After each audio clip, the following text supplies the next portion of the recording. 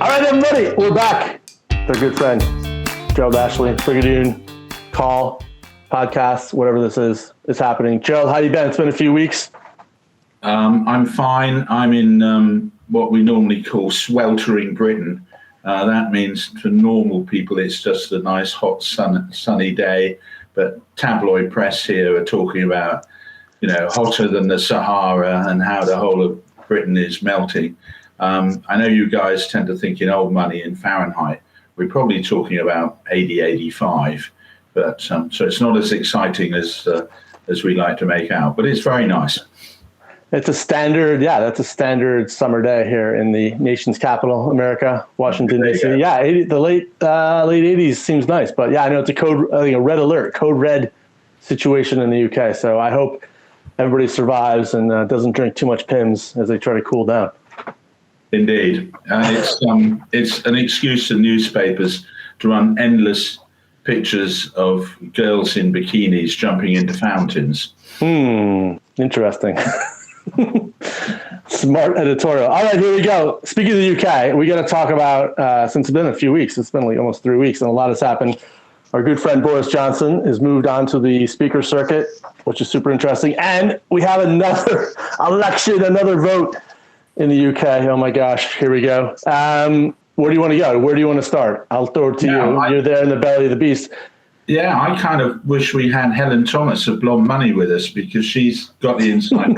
I would recommend people to follow her. You'll find her quite easily on Twitter. And she runs quite a closely followed analysis of the voting patterns of individual MPs.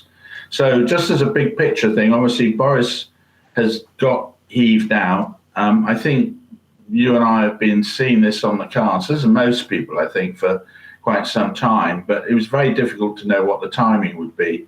And being Boris, it's another slightly bizarre scandal that didn't even need covering up, and he's eventually out the door. Now we enter this slightly bizarre election, which is a two-part one. And I wonder if it's going to be another one of these two-part ones, a bit like the French presidential election, in that the first one kind of sorts out the runners and riders, and then you have the real election later. Now with this one, the various contenders, and I think we started with 10 and we're now down to 5, the voting is only amongst Tory MPs, Conservative MPs. We get the top two, they kind of do a round robin and eventually get shaken down to 2, and that goes to the Tory party membership, which I think I said last time, are a slightly bizarre group. They're kind of often north of 70. They're very sort of conservative, both a big and little c. And they are considerably to the right of British public opinion. A lot of tweed involved. Exactly, even in weather like today. And this makes it tricky for the contenders or the candidates, because the MPs are more centred, I would say. You've got to get through them. And then you've got to get through this much tougher, hard-nosed, sort of quite right-wing electorate of the membership. Once you've done all that, you've then got to do a handbrake turn and get back into the middle of the political spectrum, because that's where the electorate is. So this is a minefield for the contenders. And we've already had a few thrills and spills, and more to come. Another week of this before we know what's really going on. But it could run into early September. Yeah, I'm absolutely fascinated about it. I love this. I love the Westminster UK politics. So I'm endlessly watching it. I'm trying to find a way to watch the Channel 4 debate, breaking and streaming it illegally into my home here. The Boris thing I think is super interesting. A guy destined to be PM from the very beginning, mayor of one of the largest cities in the world, and he crashes and burns. And I was really struck by his exit speech in the sense of his great quote, "Them the breaks." He's like, "This is the best job I've ever had and these, rat jerk bastards I'm surrounded by have thrown me out. And he's like, "Them the breaks," which I found striking on a number of levels. And, I think he's going to be back. I don't think by any means he's done with politics. Well, I'm not so certain of that. What I would say, I think Boris has made an understandable mistake, which is actually to do with the way British elections are covered these days. And I think probably the British public think this. It's not a presidential system. So he kept going on about how he won the election. He didn't. The Tory party won, and the Tory party decides who leads them in the House of Commons. And he sort of conflated this idea that he had this personal mandate of X million of people who voted for him in 2019. Now, there's absolutely no doubt that he was the catalytic element, if you like, that pulled the Tories together into some such shape that they could win. Also, bear in mind, he was running against probably the most left-wing opponent in the UK since the 1930s. So I don't see where he easily comes back. Well, we'll wait and see. But I find it'll be quite difficult for him to fit back into the UK system. As a matter of a slightly off remark, he is, of course, he was born in New York. But I think he's given up his U.S. citizenship. He has, because, he did over some kind of income tax or estate tax situation. So he's renounced his citizenship of the United States. Which is a shame, really, because it could have been very entertaining if he got involved in your politics. But there we go. He could probably win a Senate race in 7 states just by showing up. Getting back to the next election, I'm really fascinated by it. We're down to 5. I consider Penny Mordaunt a friend, so I'm maybe a bit biased. I'm cheering her on. I have no idea if she's ready for the job. I'm not sure anybody's really ready for the job. And getting back to your point about this idea of the presidential system, it does seem like personality politics has been dominating both sides of the Atlantic for a number of years now. So if you have a less qualified individual who's more of a first among equals, who's building a team, I don't know, could that be a good situation? Yeah, you're right. I mean, the thing about Boris was he was a brilliant campaigner. He's probably one of the greatest campaigners in British political history, but he couldn't run a bath. And, he's not an administration details committee, even, grand strategy is not really his thing. And so he came unstuck because having won this election, what the hell was he going to do with it? And that's the problem for the Tories now, because I'm not at all certain any of the particular candidates know what they would do if they won. And I've been thinking about this. I think they're all quite young, actually. Most of them are in their early 50s, early mid 40s.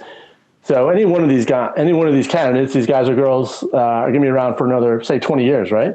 So ideally, you want to do well, right? But I think you either want to finish third or you want to win the thing, right? I mean, you don't really want to be second. I think losing in the second round would be a bit of a disaster.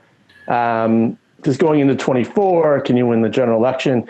It's interesting what you say, too, about essentially whoever wins this situation, they've got to go through 3 elections, right? Yeah. And I was talking to somebody yesterday, and they were already projecting about the general election in 24. And I reminded them, just like our presidential primary system, you can only win the election in front of you, right? You really can't think about, what's going to happen in 2 years' time. And you can only deal with the voters who are voting. And you're right. The parliamentary party, much different than the membership party, much different than a general election. But, if you are Rishi Sunak, the only thing you could do is win this election in front of you. And I think that's a good, that's, I think, an important reminder to candidates and also to voters. I mean, you can only do what's in front of you. You can only play who your opponent is. And right now it's the parliamentary party.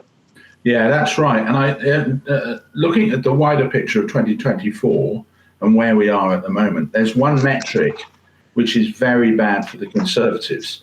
And it was also very bad for Mrs. May in 2017, in that the average family in the UK is getting worse off. that their spending power is going south, and much more so than in 2017. And I think I'm right in saying, if you look back through UK elections all the way back to the war, that if you've been in negative territory with people's average earnings, you lose the election. And at the moment, you think, well, the Tories are going to lose, which is astonishing given the majority. But then on the other side of the fence, you've got Sir Keir Starmer and co, who are, I mean, not exactly the most exciting team in the world. So 2024, as you say, is up for grabs. I'm not at all certain who's going to win this leadership bid. I think it might just be Liz Truss. But my favourite candidate, as you can imagine, because I always like the outside rebel types, is this lady Kemi Badenoch, who is... She's too soon for this election. I mean, she's just 42, though she is, I believe, older than Rishi Sunak. But she's... I think Sunak is 49, maybe? Yeah, I think Sunak's a few years older, but to your point, she's very young. Yeah, no, it's like policemen. They're getting younger all the time, these people. And it's... I'm alarmed to think Prime Minister might be God knows how many years younger than me. But... this may be a signal of change in the air to come. Well, there's no doubt the parties are, I mean, every political party that I follow intently, maybe outside of the Chinese Communist Party, they're all changing. I mean, France, Italy, Germany, England, Scotland even, the U.S., they're all changing. And I think it's an interesting, it's fascinating to follow, and it's really hard to predict what's going to happen. That may be the front bit we're seeing of the economic forces around the back. Yeah. The economic forces, or the tectonic plates, if you like, are shifting so much in the West, it's starting to rattle the sort of, the political status quo. Yeah. I've been involved in several presidential primaries here in the States, and there's certainly candidates that run for various, they're candidates that run just because they want to get their name out there, or their ideas. And, I think there's probably 2 or 3 candidates running now that in the UK that are probably positioning themselves, or they want to raise their exposure, or they want to share ideas. And it's quite fascinating. I recall there's this great quote from 2018 when Obama was speaking to Sanders, and essentially, he said to Bernie Sanders, you're a prophet, you're leading us, you're giving us guidance, you're giving us the idea. But prophets do not become king, right? And what you say in the campaign trail could energize the base, get people excited, sound amazing. But can you actually put this stuff into power? Can you actually put these policies into place? Can you actually lead a nation? That's what's fascinating about these elections. Which was in retrospect now is really the Boris situation. Right. If you want Boris to be a cheerleader or get a campaign on fire, he's your man. But if you want him to sit and chair a committee and go through the tedium of what needs to be done, he's staring out the window thinking of, Latin history or something. And he's just not that guy. Yeah, I know that. I mean, I know that guy because in some ways, just based on my communication, my professional experience, I really, when I tell people what I do, I say I work with really smart, interesting people, and I help them communicate with real Americans. Policy people are fantastic. They know more than I'll ever know about many, many policies. But at the end of the day, how do you put these ideas into action? How do you connect with people? To put policies in place, you've got to win the politics, and they go hand in hand. And that's true. That's true. And you need the full bucket. So we'll see. I don't know. Maybe this is an opportunity for the party to kind of shift a new direction with new leadership. It's exciting. I mean, there's only one white guy in the final 5. It's over for the white guys. It's quite fascinating. They're from very interesting backgrounds. Again, we may be getting away from the usual background of professional politicians. Most of them still are very much professional politicians, but at least we've got again, it's Kemi Badenoch, but she does have a degree in engineering or a science-based degree. First one again since Mrs. Thatcher. Most of the people in the British body politic are lawyers or do these sort of PPE type degrees, which are kind of they're kind of preparation degrees for if you want to go into and quite the worst sort of people, really, frankly, I think. But there you go.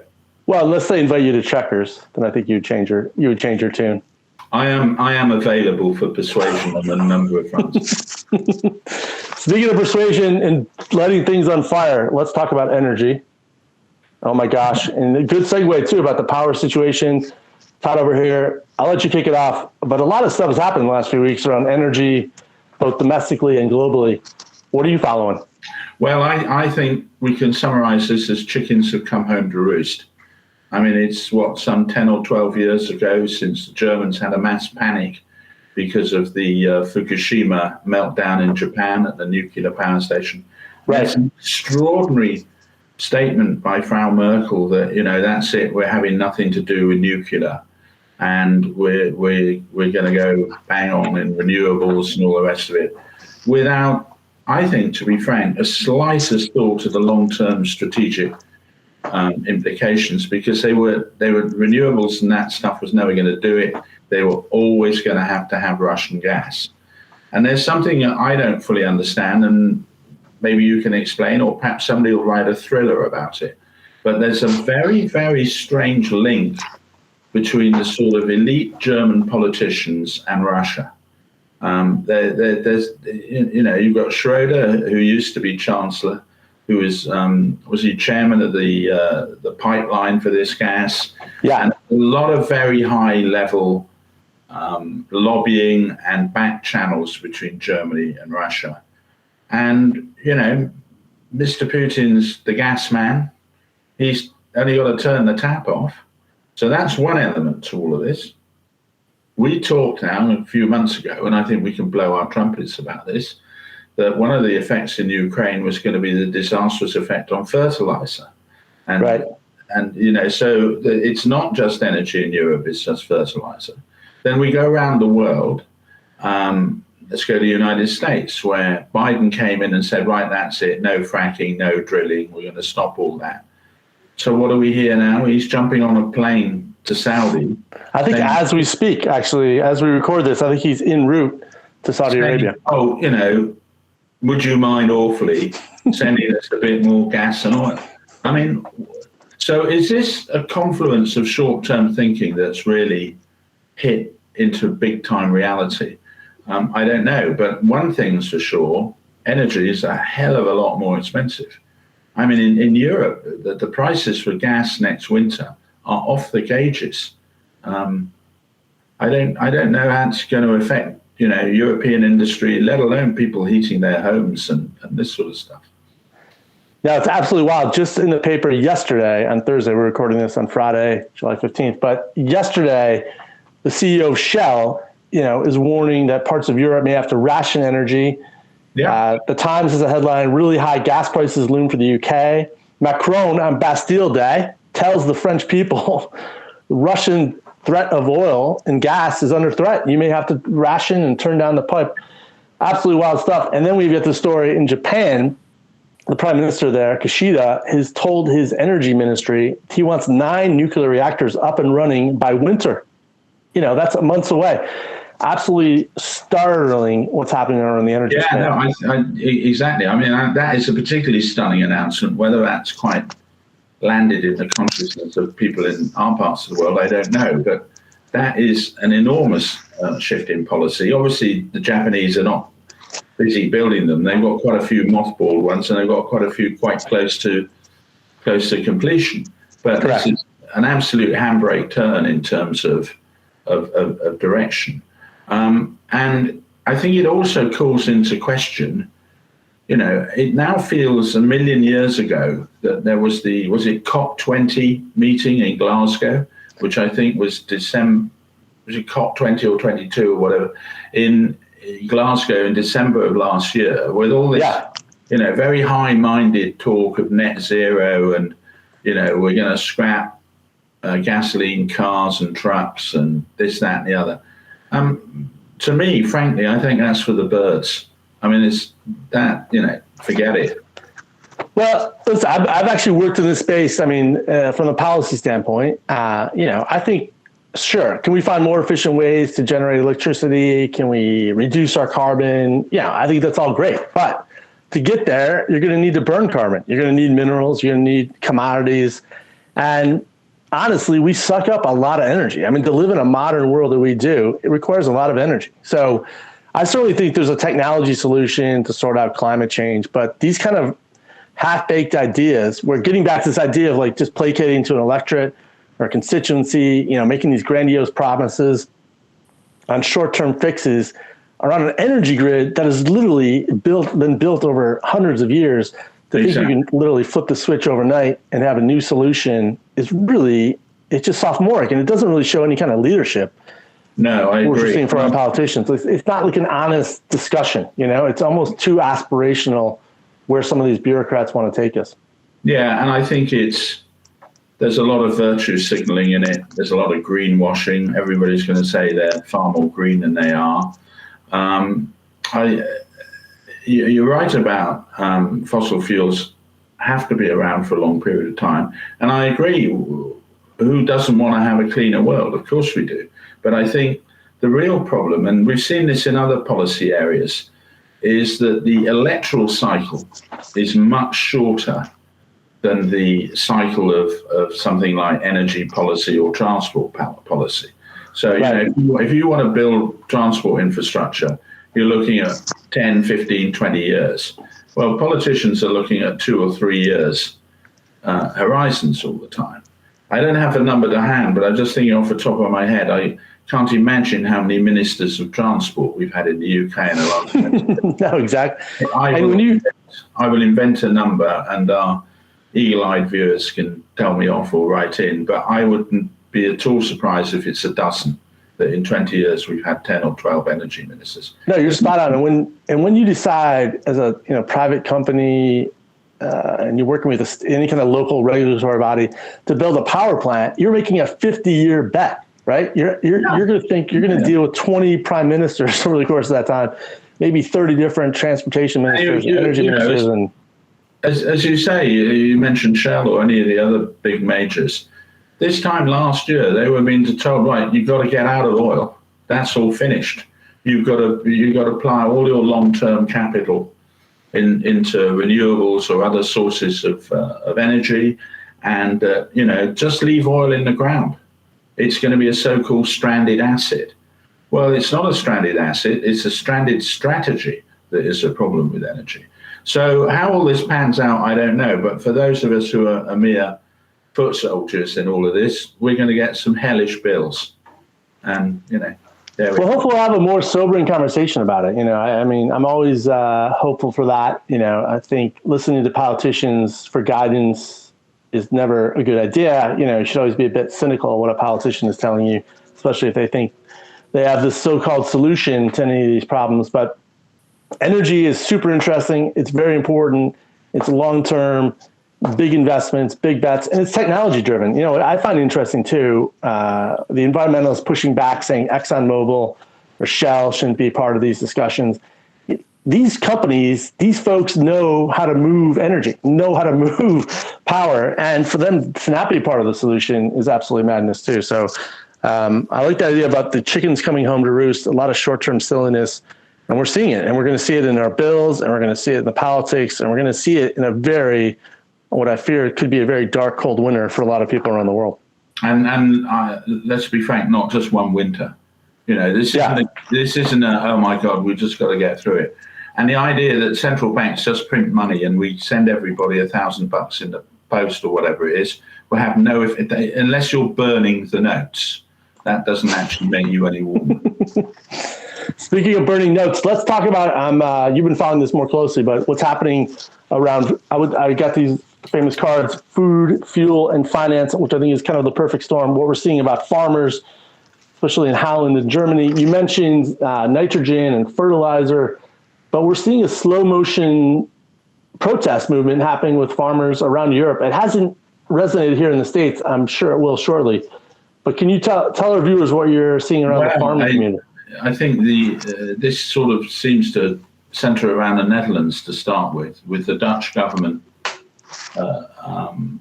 suddenly announcing to farmers that they have to cut back hugely on their what you may call modern farming techniques and use more organic farming, and that they were going to either stop people from farming like that, or they were going to jack up the prices of fertilizer even more, without the fact that fertilizer is already through the roof. And I think, again, the reality has hit here, so that some of these environmental holy cows are being put through the abattoir.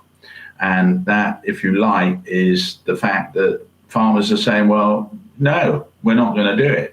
Now, we know that on the continent, in fact, normally, particularly France, farmers are quite a potent political force. Yeah. I thought it was quite noticeable in the Netherlands, where they tend to be more sanguine. And they've now also teamed up with farmers in Germany, and they're starting to block major roads and all this sort of stuff. And again, it might be a little bit like the Canadian bridge saga going back to February, that it gets a lot of attention for 2 or 3 weeks, and then it all calms down. Again, a bit like the Gilets jaunes in France a few years ago. But the underlying fact is that some of these short-term environmental policies are coming up against the fact that how are we going to deliver food at an economical price? And so I think, to be frank, I think governments are going to have to row back from some of this stuff, because it's just not sustainable. Well, and there's so much pressure on farmers, and I get a lot of mixed messages. Actually, earlier this week, on Tuesday, I think it was, I was up on Capitol Hill attending an event run by Food Tank, and it was around food insecurity and how to make use of all the bountiful food and we have in the States, but about the number of people in the U.S. that are food insecure. So farmers, they're getting these mixed messages, like, we need you to produce high quality, good food for a lot of people, but we need you to do it in a way that might not be economically or environmentally sustainable. And you could see why they could be frustrated. Well, you can't, some of these circles you can't square. And again, this is where reality kicks in. I think the electoral impact of this is going to be, people certainly in the UK are looking at energy bills at least doubling, if not more. And of course, food inflation here is starting to take off in a fairly big way. That may just be to do with the sort of monetary base and QE and all the rest of it. But it's also due to genuine supply shortages and the horrific cost of producing some of this food. And maybe we, for our generation, have we lived through the peak time? That, don't get too. I don't know. I mean, I agree. I think the COVID situation, the supply chains, Ukraine.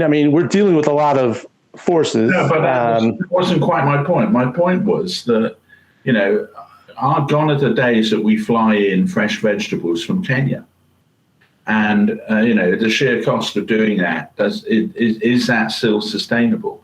It's very important for the Kenyans, which is the other side of the equation. But a lot of things that we have taken for granted that have just expanded during the 80s, 90s, noughties, all the rest of it. Quite modestly well-off people going in the UK on shopping trips to New York for the weekend. I just kind of think that feels like that's gone for a while. It may come back, but it's going to take time and it's going to be very expensive. And so I think a lot of people are going to feel poorer for a long time. Now, we have been spoiled. One of my most favorite questions I asked when I was in my business school program, we were in actually Rotterdam in that global port, and we were listening to importing fruit from Central America to Europe. And I asked this entrepreneur, do we need mangoes? To your point, do I, as a North American citizen, do I need a mango? Sure, it's delicious, it's fantastic. Do I need it? Does it need to be flown here? The logistics are absolutely crazy. He suggested I did, for obvious reasons. And getting to your point about the energy number, I just saw this amazing fact. The average American commuter is now going to spend close to $2,900 this year. That's up 35%. And that's an additional $750 a year just to drive. And to your point about, kind of frivolously spending or hopping on a quick trip, going out to dinner, if you're down $700, $800, $1,000, where does that go? I mean, that is less consumerism right there. So a lot of this, I think, if you were to take a sort of high strategic look, a lot of the events of the last 2 or 3 years have added friction into the system. So COVID has obviously slowed things down, the supply chain impacts. And of course, we have to go back to Mr. Putin where, I don't know what our general view on this war is, but at the very best, it seems to have stalled in the idea that this war, you beat me to it. That's a good segue. Yeah, let's talk about Ukraine as we finish up the call here. Yeah, go ahead, Gerald. We're all guilty of the same thing. Everybody looks at the last war and thinks the next one will be the same. And everybody thought it was going to be a blitzkrieg and it would all be over in no time at all, or a little bit like the 6-Day War in the Middle East many years ago now. Whereas, in fact, it's starting to look like trench warfare, World War I, and everything going forwards 500 yards or back 500 yards. In fact, as far as I can see, the Russians are kind of winning this war in a very slow motion way. However, the West will always put enough heavy artillery, missiles, and Lord knows what else to stop them from really breaking through. So, and I noticed this, I actually made a note a couple of times this week.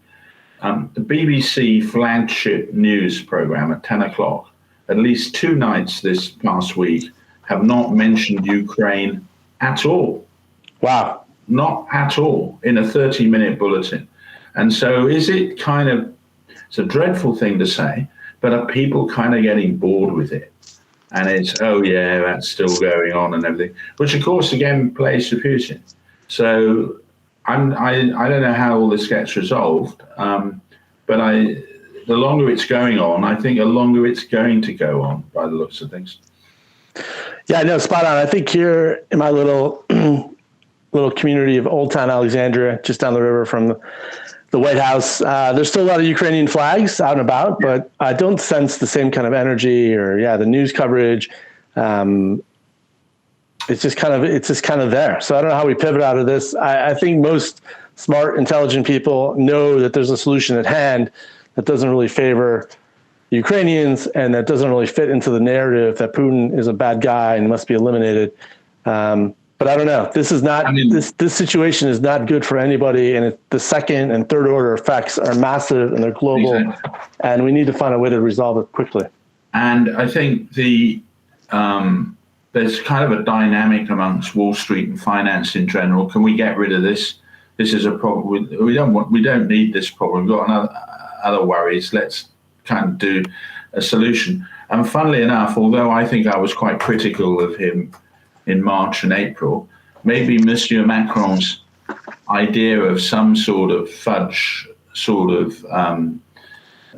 think the phrase was Finlandization of Ukraine might be the way forward, because there's no way the Ukrainians are going to drive the Russians out, and I can't see anywhere that the West will roll over enough for the Russians to advance a great deal more. So we're kind of stuck, and maybe this is where diplomacy does, reappear.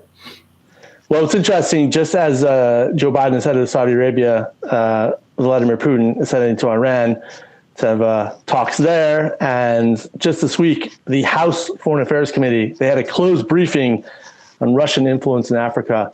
I think Russia's a bigger story than just Ukraine, and it's not good, is the bottom line. And there's a lot of moving parts. And I'm not entirely sure we're getting the full story from our elected officials, but Russia is definitely a problem, and the Ukrainian situation is causing all kinds of havoc. And I hope we find a resolution quickly. Yeah, and of all this business of sanctions and all the rest of it, I think you and I have both followed stories where the Russians have been, selling discounted oil to India. Apparently, they're also doing it to Brazil. They've certainly been doing it to China. So these sanctions aren't really working. And indeed, the sanction might be the other way around. because if Mr. Putin said, well, actually, I'm going to turn the gas tap off, and I don't know I don't see where the policy response to that is, other than that this is where the chickens come home to roost. So he's in a strong position, I think. Before we close out, interesting sidebar. I did read that the Ukrainian Premier League, the highest level soccer Premier League in Ukraine, will restart this fall, which is pretty exciting. So I don't know. Maybe we should pick a team. We should pick some teams, Gerald, and support them. Maybe buy some season tickets and some guard. But I don't know. I mean, that's an interesting development to have a pro sports team league getting back up and running. Yeah, good idea. That is interesting. So do we have any more cheerful news to talk about in this bulletin? Well, we do, because we're going to clean up with reading and watching what we're reading and watching. I'll let you go first. Okay. I was given a book by a good friend of mine recently with a slightly odd title, and I thought, oh, this might be a slightly weird book, but it's anything but. It's called... Sounds perfect for this audience, though. Yeah, exactly. It's called The Puritan Gift. It's a business book. And in fact, it was shortlisted as an FT Business Book of the Year some years ago. It's written by two brothers, Kenneth and William Hopper, freely available on Amazon, other bookstores, and all the rest of it. And it's a very interesting corrective on really the last 30 years of business schools and the way that we're running business, and this idea of stripping out of middle management and all the rest of it. And they look back through history and they kind of hook around the sort of Puritan ideals of the guys who came off the Mayflower and all the rest of it. There was no religious angle to it. It was just looking for the sort of morality of business, and said that there was a golden age. This is all about the American economy. Yeah. That there's a golden age of big American business. And it pretty much unraveled when one of the big villains in all of this is the time and motion guy, Taylor, who started bringing all these measurement metrics. Dare I say it to you, the rise of MBAs and guys from business schools. The worst. Yeah, well, we've created this huge managerial class who go around kind of measuring and managing things, but not necessarily getting things done.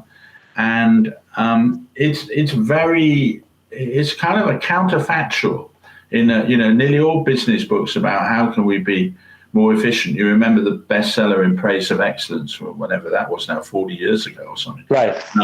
But all this idea that you get leaner, stronger, you strip out costs and all the rest of it. And I've been very drawn by quite a few people in recent years have said that actually when you analyze successful businesses, it's not about cost control. That's not mean you just let costs go wild, but it's not just about cost control. Right. It's about revenue growth, and it's about innovation, and it's about new ideas.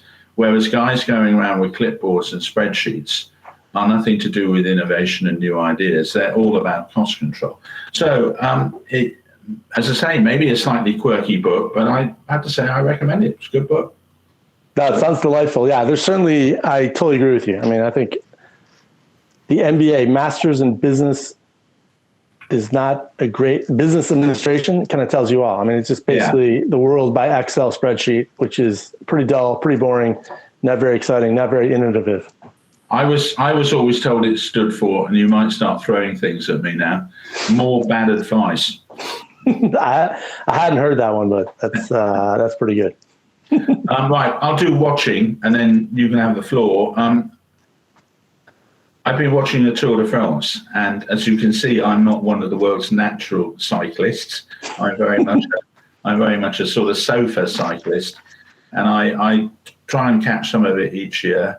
It is live in the UK, so we get quite a lot of good coverage of it. But it swallows half a day if you're going to watch it every day, which I don't. But I must admit, I sometimes watch a couple of hours, particularly when it's racing in the mountains. And there's only one word to describe this, and it's insanity.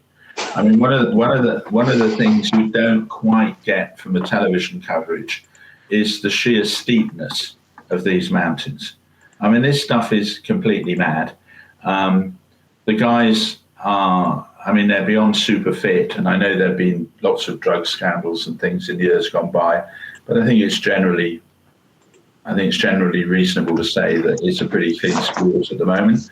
There have been some stunning performances yesterday, one of which, anybody who follows cycling, a British guy who was actually originally from Kenya, called Chris Froome. He came third or fourth on one of the steepest Alps in the race. He's 37. I mean, a lot of these guys are 22, 23. So I don't know what he's eating for breakfast, but it certainly works. And I know you're a great follower of all these sort of sports and documentaries. My understanding, and I think you might have a bit more detail, is that Netflix are doing a behind-the-scenes documentary on this year's race. So if people haven't been able to catch it, they will be able to catch this documentary on Netflix, I guess, later in the summer or in March, which I think will be good. Yeah, the production company is actually out of Australia. It's called Box to Box, and they're doing a Tour de France similar Drive to Survive behind the scenes documentary. Will be absolutely fantastic. Yeah, I heard yesterday's Race in the Mountains was one of the most classic venues or classic what do they call the individual sections? Races of the day. And I'm desperate to catch it. I'm not really sure here. I know it's on somewhere in the States, but I'm not really sure. It's kind of lost its way here in the States, but absolutely dramatic, soft power, excellence. Every country should try to find a way to emulate something like bicycle race. They are stretching a brand because the first two legs were in Denmark. So super smart. In Copenhagen, and the other thing is some very subtle sort of tourism stuff here, because they ride through some gorgeous parts of the world, and they, as usual, spend a little bit of time in Belgium. I don't think they're in Spain this year, but you can see this thing is getting stretched or expanded as a brand, definitely. Yeah, it's a super powerhouse race, and it's one of the great sporting events of the world. Another documentary you may want to check out, Gerald, is by Hannah Grant. She's a chef, and I just looked this up. The documentary is called Eat, Race, Win, and she was a chef for one of the teams, and it's kind of the behind-the-scenes look of what it takes logistically to feed the top cyclists in the world, their different requirements, and the calories that are needed, and the protein and performance background, and you can find that on Amazon Prime. It's really good. Yeah, so she would definitely know what Chris Froome had for breakfast yesterday. She definitely would. Maybe we can send Hannah Grant a text message and see if she'll share some inside notes. I've got a similar book. It's interesting. We're both talking about efficiency. This book is How to Do Nothing. This sounds been written for me. This has been written for me. Resisting the Attention Economy, which we don't want our viewers to do around this podcast, but for other kind of social activities they can. It's great. It's by Jenny Odell. It's a few years old. Essentially, in my way, it's almost like a modern take on Walden, going to Walden Pond, being more mindful, more conscious of what's happening, just going out for a walk, looking at trees. There's so much amazing, interesting stuff that we take for granted, and you can get offline and kind of experience the world. It's a bit hippy-dippy, but it's a fantastic book. It's a good read. Is this a book to read if you're in a cabin in Maine or somewhere like that, or is it? Yeah, absolutely. But even just being more mindful of when you walk outside, look at a tree. I mean, a tree is absolutely wonderful and amazing. Everything doesn't have to be on TikTok or Snapchat. So it's a great book. It's it's a few years old, 2019, I think. But Jenny Odell, check it out. The show I'm watching is called Chef. It was on Hulu/FX. Fascinating premise. It's about this highfalutin chef. He's worked at Noma, French Laundry, 11 Madison Park. And the idea is that he comes back to Chicago, great city, and he takes over his family's kind of dying, sandwich shop, and he wants to make it high profile and kind of, bring the French Laundry, the French techniques of how to cook, how to organize a kitchen to this deli in Chicago, and mayhem and comedy ensues, a bit of drama, but it's called Chef, it's called The Bear, and absolutely fantastic, and check it out. That sounds really good. Your combination sounds very good. Doing nothing and eating sounds perfect. Sounds perfect. Speaking of doing nothing in Italy, our friends in Italy, who, I don't know, may or may not have a new prime minister, Draghi, but Italia, we're ready. Yeah, I think, I'm not certain we are. We may have to raise our game because there's nobody running the government there now. So So you're suggesting we go all the way, instead of television, we go all the way to Rome and run the country? We may just have to go up one from the broadcaster, because the government's got a problem at the moment. I do like, Draghi's like, I'm resigning, and the president's like, I don't accept this. Go back. See if you can make this work. Surely Frau Merkel decides who's running Italy normally. So spoken like a true. In a couple of weeks. So you're saying Deutsche Bank is the ultimate decider of who's going to run that country. Interesting. Yeah, there's another novel you could write there if you wanted to. I'm more interested in doing nothing. Yeah, so. I mean, I'm just gripped by that now. I'm going to go out and order that almost within minutes, I think. All right, Gerald, great to catch up. We'll see you in a few weeks. I don't know. The world is going to be an exciting place. It's definitely not been slow. Yeah, there'll certainly be more change to come. Enjoyed it. Thank you. All right, buddy. See you soon.